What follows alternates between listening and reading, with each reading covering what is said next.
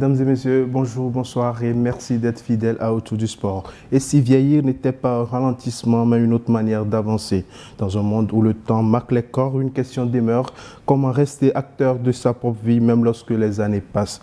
Le 25 avril dernier, au stade de Kégué, une réponse a été esquissée.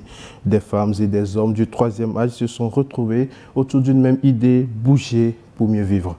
La première édition de l'An Messin, une rencontre dédiée à la santé, au sport, à la prévention et au lien social.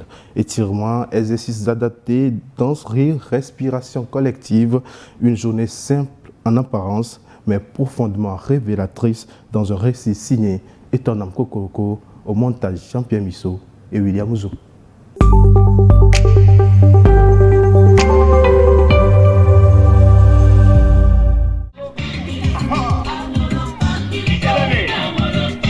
Stade de Kégué ce samedi.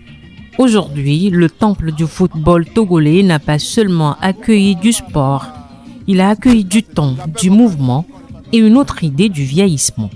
Ici, les corps avancent autrement. Moins vite peut-être, mais toujours en mouvement. C'est la première édition de l'An Messin, une rencontre dédiée aux personnes du troisième âge, autour d'un mot simple, bouger pour mieux vivre.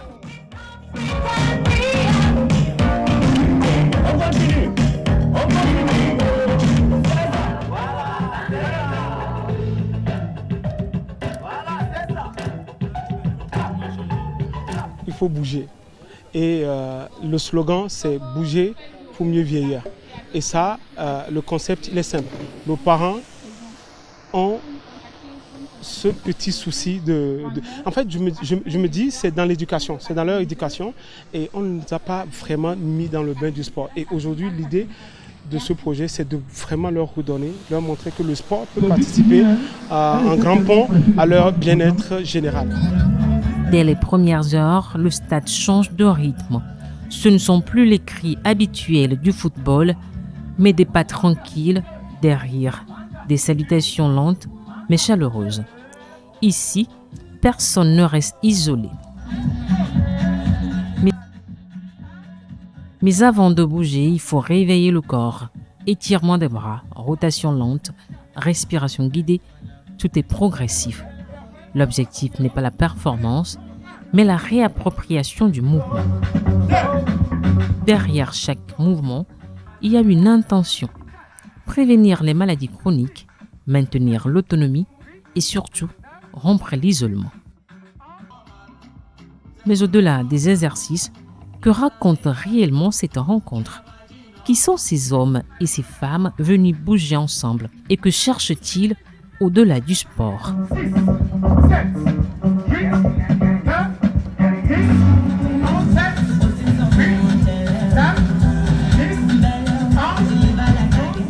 Le sport représente beaucoup de choses pour moi. Le sport représente beaucoup de choses. Celui qui ne fait pas le sport, c'est comme un arbre sans sève. Quand tu ne fais pas le sport, tu n'es pas en bonne santé. Ça, on le dit souvent. La pratique sportive doit être inculquée dans nos activités quotidiennes. Aujourd'hui, j'ai appris, c'est bon, c'est très impeccable. J'étais sportive. Je faisais le rentre, l'athlétisme, mais à un certain âge, vous savez, quand la femme est au foyer, après les accouchements, ça diminue. Mais aujourd'hui, bon, on est là, on marche d'habitude, mais aujourd'hui, ce que nous sommes venus faire comme les gymnastiques, c'est très intéressant.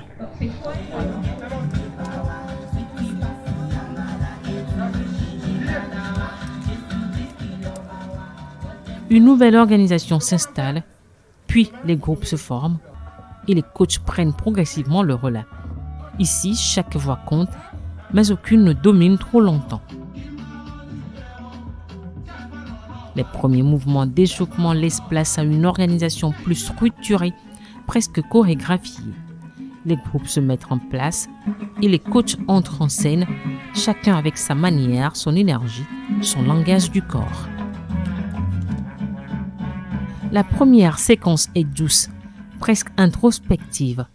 Le coach invite à lever les bras lentement, à accompagner la respiration, à réveiller les articulations sans brusquerie. Les gestes sont simples mesurée.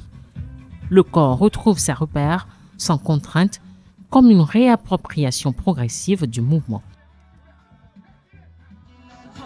Puis le rythme évolue. Une transition s'opère naturellement, portée par une musique plus vivante. Un autre coach prend le relais. L'ambiance devient plus joyeuse, plus libérée. Les pas s'accélèrent légèrement, les sourires apparaissent, les hésitations du début s'effacent peu à peu. La Zumba adaptée s'installe dans le stade, non pas comme une performance, mais comme un langage commun où chacun avance selon ses capacités.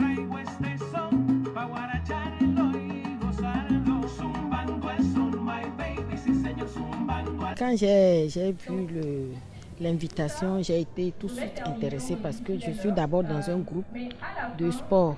C'est dans ce groupe que j'ai vu, j'ai demandé au coach comment on pouvait s'inscrire. Il m'a dit d'être là seulement au stade. C'est bien. Au moins ça aide à faire le sport, à penser aux activités physiques. Oui, j'ai aimé, c'est bien. Entre deux séquences, le mouvement ralentit à nouveau. Un travail d'équilibre, de coordination, de stabilité. Le coach corrige doucement, ajuste une posture, encourage un participant à tenir quelques secondes de plus. Ici, chaque détail compte, mais rien n'est imposé. Tout est guidé avec patience. Les coachs se succèdent ainsi, sans rupture brutale, dans une continuité fluide. Chacun apporte une nuance, l'un la douceur, l'autre l'énergie relative, un autre encore la concentration. Et progressivement, quelque chose se construit au-delà des exercices eux-mêmes. Et dans cette alternance de rythme et d'intensité, une évidence s'impose. Ici, le sport n'est pas une performance, c'est une présence, une manière d'habiter son corps, ensemble, malgré le temps qui passe. Souvent, la santé n'a pas de prix. Quel que soit l'âge, il faut faire le sport. Donc, c'est ce qui nous invite ce soir. Et vous-même, vous avez vu l'ambiance qu'il y a derrière moi. C'est bien. C'est super cool. Qu'est-ce à dire? La santé, c'est d'abord pour nous-mêmes. Oui. C'est d'abord pour nous-mêmes, pour nos proches, pour nos familles. Pour nous tous. Faire le sport, c'est avoir la santé. Quand on fait le sport, on a la santé. On ne vieillit pas. Même si on vieillit, le corps rajeunit. Ce qui vient de se vivre dépasse largement une simple séance de sport. À première vue, il y a des exercices, des mouvements, des rythmes partagés. Mais dans le fond, quelque chose de plus profond s'est joué ici. Dans les gestes simples de la matinée, dans les respirations guidées, dans les sourires échangés entre inconnus, c'est une autre manière de penser l'âge qui s'est exprimée. Ça fait partie de la Une initiative à encourager, à féliciter et surtout à porter. Parce que quand on parle de sport, généralement on pense aux jeunes, on voit les muscles, on oublie les gens du troisième âge. Donc ce projet est bienvenu. Et lorsque le promoteur Max Newman m'en a parlé, je lui ai dit mais c'est pas mauvais. Juste que pour ma part, j'aimerais que cela soit un truc qu'on peut le faire, même si c'est une fois, 2 fois, 3 fois l'année, au lieu de le faire une fois pour 10 premières éditions, pour attendre encore 1 an pour le refaire. Sinon c'est bien, du sport pour les personnes âgées, pour les conduire vers la vie et les permet de terminer en beauté leur vieux jour, c'est pas mauvais. Donc initiative à encourager. À travers l'AMSA, l'enjeu n'est pas seulement de faire bouger les corps, il est de redonner du sens au mouvement lui-même. Bouger ici, ce n'est pas performer, ce n'est pas rivaliser avec le temps, c'est au contraire apprendre à composer avec lui. Derrière chaque exercice, il y a une intention silencieuse, préserver l'autonomie, retarder la dépendance, mais aussi rompre un autre mal plus discret, celui de l'isolement. Car vieillir ne se résume pas à une question biologique, c'est aussi une expérience sociale, un rapport au monde, aux autres, au regard que la société porte sur nous. C'est une obligation pour nous, toute personne, que ce soit un petit ou une grande personne, de pratiquer l'activité physique et sportive. Non pas parce que c'est quelque chose qu'il faut faire de façon volontaire, mais parce qu'il faut le faire pour sa propre son état. Désolé. Alors, je pense qu'il faut le faire pour sa santé mentale et physique, comme j'avais déjà dit. Et le fait de faire du sport nous permet d'avoir des idées beaucoup plus claires, de nous sentir encore une fois mieux dans notre propre peau. Et tout ça contribue à un développement, que ce soit sur le plan personnel ou social, d'être un individu épanoui qui, à son tour, pourrait apporter quelque chose de très bien pour la société.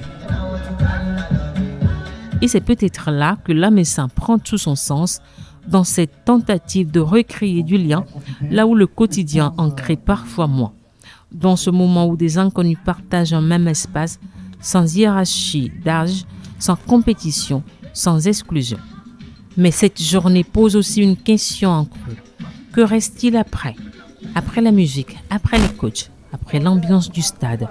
Est-ce un souvenir ou le début d'une habitude, une parenthèse ou une transformation durable? J'ai vu un engouement derrière. J'ai vu un engouement, un engagement.